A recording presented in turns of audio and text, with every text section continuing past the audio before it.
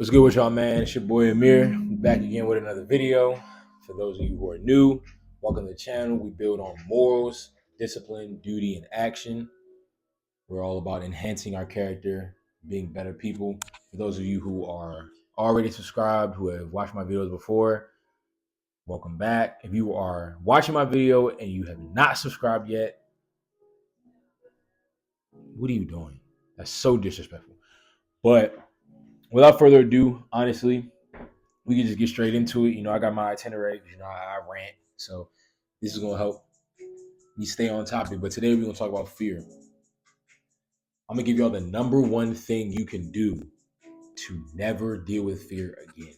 That's right, never deal with fear again after this number one tip. So leave a like, leave a comment, share the video with anybody who you know deals with fear, which should be everyone you know. Everybody deals with it, me included. Before we get to that, so stay tuned. We have to discuss what is fear. Where does it come from? Before we even get to that, before we even discuss fear, let's start on a positive note. I have a Bible verse to help battle fear. Psalms 56:3 says, "When I am afraid, I put my trust in you." Talking about God. Letting go of fear, walking in his purpose for you. Now, fear can be best described by this acronym: false evidence appearing real. What does that mean? Our brains have a funny way of protecting us. It's not funny. It's actually pretty good. It's pretty fuck. So our brains have a funny way of protecting us. Now, our brains are meant to protect us from threats. Our brains are not meant to detect necessarily the good in a situation. They're meant to detect the threat so we can flee from it or fight it. Sometimes based off our perception, based off how we view ourselves or how we're viewing a certain situation, based off of our past situations, we can perceive something to be what it's not. What I mean by that is, I know that was a lot of rambling. Long story short, an example.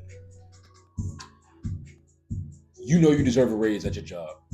You're one of the best employees there. Your boss knows it. Everybody else knows it. And yet everyone else around you gets a raise and you don't.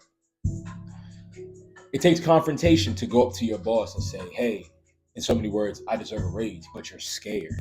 You're scared of what might happen, even though you haven't even attempted to make that move yet, to go in to ask for it. You've created all of these stories in your head based off of how you view yourself as to why you can't do that thing. And there's a term for that: paralysis analysis. Sometimes we can overthink a situation that's really not that deep. And we can honestly think ourselves out of a blessing. That's with the job, that's with interpersonal relationships, with girls, with men, with parents. It could be with literally anything. So where does that come from? Where does fear come from? Simply put, fear comes from the devil. I'm gonna be real. Fear comes from the devil. So the devil uses fear. Fear is one of the most powerful tools that the devil uses. He uses it.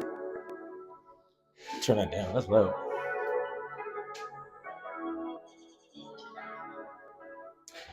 The devil uses fear to block us from our potential. Simply put, there's no other reason for it. And it works wonders. Wonders. Every time you're afraid to assert yourself, every time you're afraid to take a risk, that's the devil. Remember that. So then you ask, what is the number one way to combat fear? The number one way to combat fear is through action. If fear is false evidence appearing real, what is more real than taking action in a certain situation? Let me give you an example. I keep looking outside because people get my driving by. But let me give you an example. Say, most simple one in the book. You see somebody that interests you. You see somebody that you're attracted to. Sitting down, you at the library, they sitting down, they on the computer, they look busy. You walk by, you automatically think, well, I want to go talk to this person, but nah, they don't want to give me time of day. They look too busy.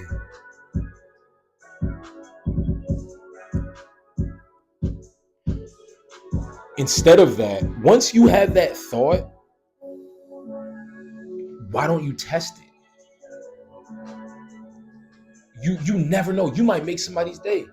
There's nothing wrong with going up. There's nothing to be afraid of for you going up and telling somebody, hey, how you doing? What's your name? Introducing yourself. You don't have to sit there and tell them your life story. You don't got to belabor the point. But I mean, you shouldn't be afraid of human interaction. For example, like I said the example earlier with your boss. The worst your boss could do is tell you, no, you're not getting a raise. But if you go in there prepared, when I say prepared, I mean you assert yourself in a respectful way. Hey, I deserve a raise. Here's what I've done. Here's why I deserve this raise. Even if he does say no, you've learned a valuable lesson. By taking action, you are allowing yourself to let go of the outcome of the situation. And that's one of the things that fear is rooted in. You're afraid of the outcome. You're only afraid of it because it hasn't happened. You shouldn't be afraid of things that haven't happened yet. It's not real. It's not real. Again, God does not give us a spirit of fear, but a spirit of truth. So take action. I hope that you took something from this video. Leave a like, leave a comment. Follow me on Instagram at BCCKROO. Wow, I fucked that shit all the way up. Well, I hope that y'all took something from this video. If you did, comment what you took from it. Follow me on Instagram at Backroom. That's BCCKROOM. Same thing on SoundCloud. You can listen to my music. Let me know if it sucked. Let me know what y'all think about today's little conversation. These aren't lessons. These aren't lectures. These are conversations. I just can't hear you. So your chance to actually let me know what you think is in the comment section. I do read them. I do go through them. I do have dialogue with y'all. Because the whole point of this channel is to build a community. So again, I hope that y'all enjoyed this and be blessed.